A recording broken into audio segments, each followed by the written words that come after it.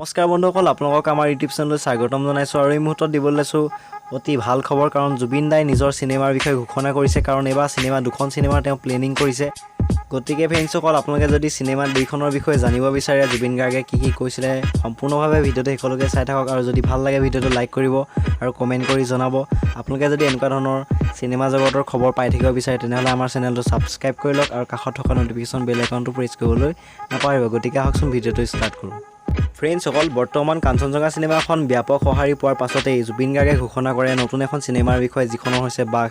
কিন্তু বাঘ চিনেমাখন বৰ্তমান তেওঁ বহুত প্লেনিং কৰি পেলাইহে এই চিনেমাখন প্ৰস্তুত কৰিবৰ কাৰণে তেওঁৰ টাইমৰ প্ৰয়োজন হৈছে। গতিকে তেওঁ এই চিনেমাখন বৰ্তমান কোনো বিশেষকৈ ঘোষণা কৰা নাই। কিন্তু বৰ্তমান অতি শীঘ্ৰে আহি আছে আপোনালোকৰ মাজলৈ এখন চিনেমা, যিখনৰ নাম হৈছে অঘাইটং। এই চিনেমাখনৰ বিষয়ে তেওঁ কৈছে যে এই চিনেমাখন হৈছে সম্পূৰ্ণ কমেডি থকা চিনেমা আৰু আপোনালোকে হাঁহি ধেমালিৰে আনন্দ মনেৰে এই চিনেমাখন চাই চিনেমা হলৰ পৰা উভতি আহিব পাৰিব। গতিকে জুবিন দাই কোৱা সেই বিশেষ মন্তব্যটো আগবঢ়াওঁ। গতিকে আহকচোন জুবিন দাই কি কয় নিজৰ চিনেমাখনৰ বিষয়ে জানো আহক। বাঘখন মোৰ টাইম লাগিব, কাৰণ বাঘখন মই ছাবজেক্টটো বেলেগ অলপ, সেইকাৰণে মই টাইম লাগিব আৰু প্ৰিপেৰেশ্যন কৰি আছোঁ বাৰু তাৰ কাৰণে। আৰু তাৰ আগতে মই আৰু এখন কমেডি চিনেমা কৰিব মন আছে। কমেডি, ফুল কমেডি ভাবি আছোঁ। তেনেকৈ একো ভবা নাই এতিয়াও। এনেই হঠাৎ কালি ৰাতি হঠাৎ মনলৈ আহিলে শব্দ এটা, অঘাইটং।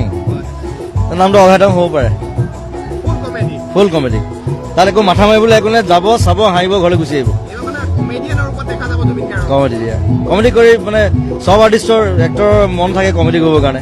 মই এবাৰ কৰিছোঁ বাৰু, মই ভাইমন্দা লাষ্ট চিনেমাখনত কমেডি কৰিছোঁ। বাট এইটো চিৰিয়াছ কমেডি, মানে এই ফটোৱামি কমেডি নহয়, এইখনত ফুল ফটোৱামি। প্ৰিয়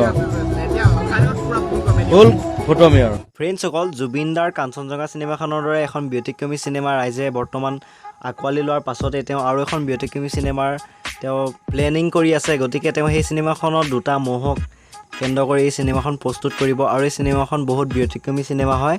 গতিকে এই চিনেমাখনৰ কাৰণে দুটা মহক তেওঁ বৰ্তমান ট্ৰেইনিং দিবৰ কাৰণে অৰুণাচলত পঠিয়াইছে। আৰু তেওঁ এই বিষয়ে কি কয় জানো আহক। জুলুখনটো আৰু টাইম লাগিব ন, জুলুখন আছিলে মই ইংলিছত ক'ব বিচাৰিছোঁ, কাৰণ ছাবজেক্টটো তেনেকুৱা ধৰণৰ ইণ্টাৰনেশ্যনেল ছাবজেক্ট এটা। চ' জুলুখনৰ কাৰণে মোৰ টাইম লাগিব। আৰু অলৰেডি মোক কৈছে যে মই দুটা মহ ট্ৰেইনিঙৰ কাৰণে পঠাইছোঁ মই অৰুণাচললৈ। চ' মহকেইটাও ট্ৰেইন হ'ব লাগিব। গতিকে মই তাহাঁতৰ কাৰণে ৰ'ব লাগিব। তাত আচলতে মেইন এক্টৰ আছিলে জুলু, আছিলে মহটো। চ' তাৰ ওপৰত ডিপেণ্ড কৰিব লাগিব মই। সেইকাৰণে টাইম ল'ম, লাহে লাহে কৰি থাকিম, কিন্তু ভালকৈ কৰিম।